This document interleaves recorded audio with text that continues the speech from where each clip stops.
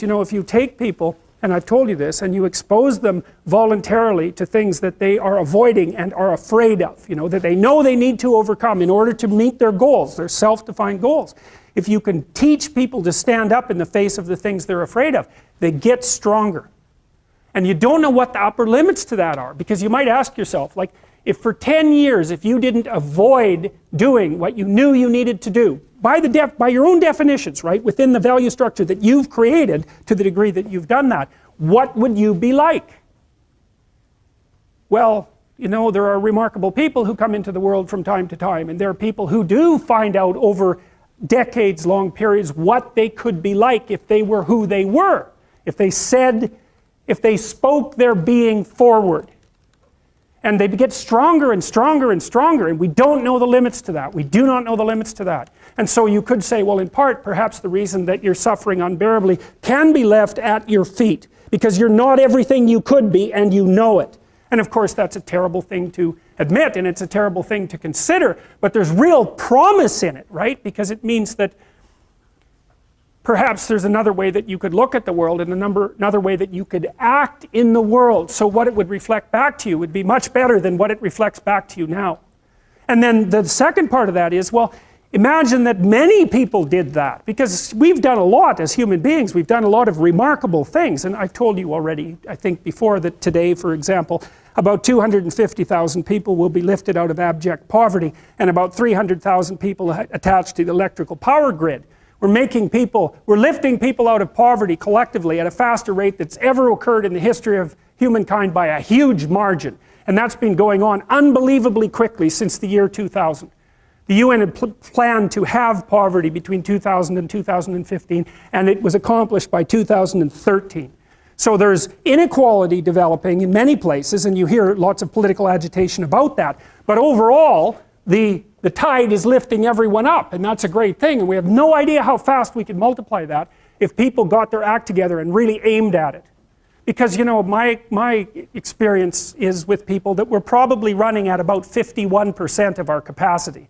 I mean, you can think about this yourselves. I often ask undergraduates how many hours a day you waste, or how many hours a week you waste, and the classic answer is something like 4 to 6 hours a day. You know, inefficient studying, watching things on YouTube that not only do you not want to watch, that you don't even care about, that make you feel horrible about watching after you're done. That's probably 4 hours right there.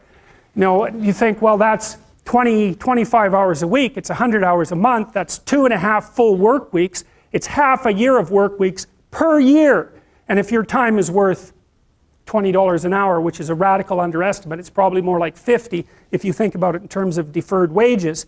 If you're wasting 20 hours a week, you're wasting $50,000 a year. And you are doing that right now. And it's because you're young, wasting $50,000 a year is a way bigger catastrophe than it would be for me to waste it, because I'm not going to last nearly as long. And so if your life isn't everything it could be, you could ask yourself, well, what would happen if you just stopped wasting the opportunities that are in front of you? You'd be, who knows how much more efficient? 10 times more efficient, 20 times more efficient. That's the Pareto distribution. You have no idea how efficient people get. It's off the charts. Well, and if we all got our act together collectively and stopped making things worse, because that's another thing people do all the time, not only do they not do what they should to make things better, they actively attempt to make things worse because they're spiteful or resentful or arrogant or deceitful or homicidal or genocidal, or all of those things all bundled together in an absolutely pathological package. If people stopped really, really trying just to make things worse, we have no idea how much better they would get just because of that. So there's this weird dynamic that's part of the existential system of ideas between human vulnerability, social judgment, both of which are major causes of suffering, and the failure of individuals to adopt the responsibility that they know they should adopt.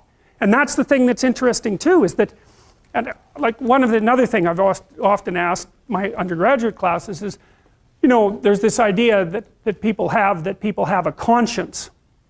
And you know what the conscience is.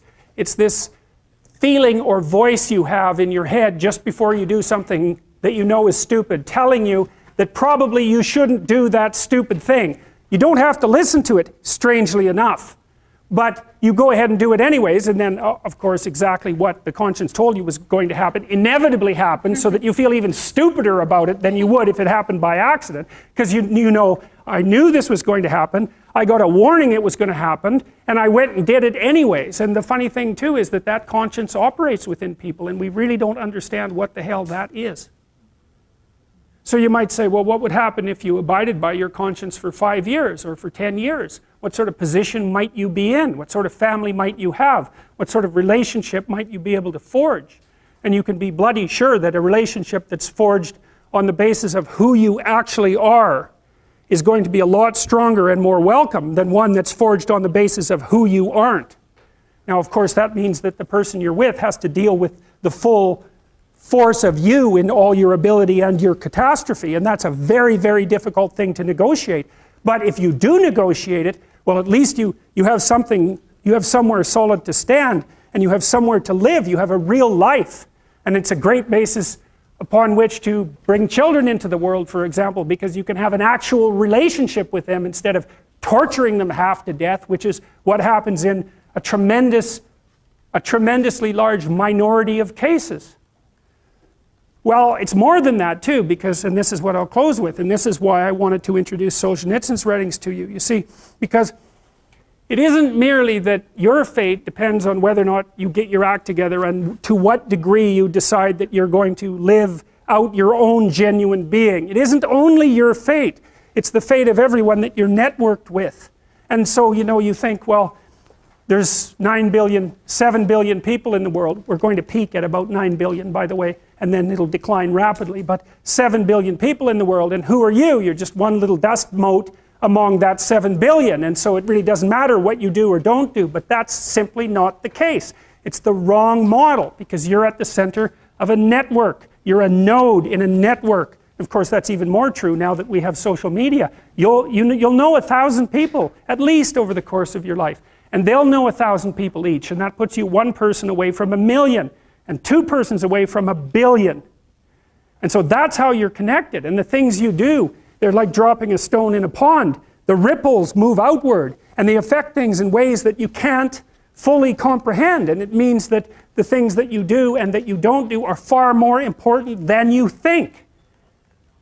And so if you act that way, of course, the terror of realizing that is that it actually starts to matter what you do. And you might say, well, that's better than living a meaningless existence. It's better for it to matter.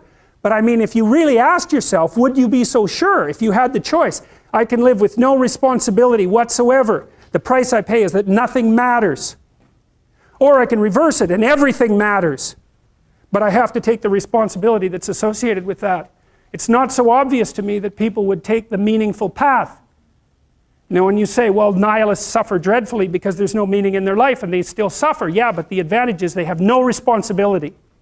So that's the payoff, and I actually think that's the motivation. Say, well, I can't help being nihilistic. All my belief systems have collapsed. It's like, yeah, maybe. Maybe you've just allowed them to collapse because it's a hell of a lot easier than acting them out.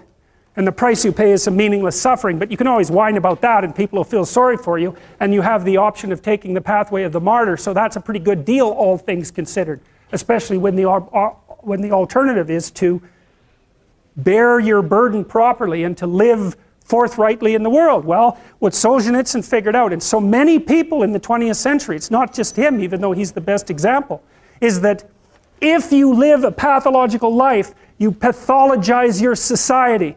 And if enough people do that, then it's hell. Really. Really. And you can read the Gulag Archipelago if you have the fortitude to do that, and you'll see exactly what hell is like. And then you can decide if that's a place you'd like to visit, or even more importantly, if it's a place you'd like to visit and take all your family and friends. Because that's what happened in the 20th century.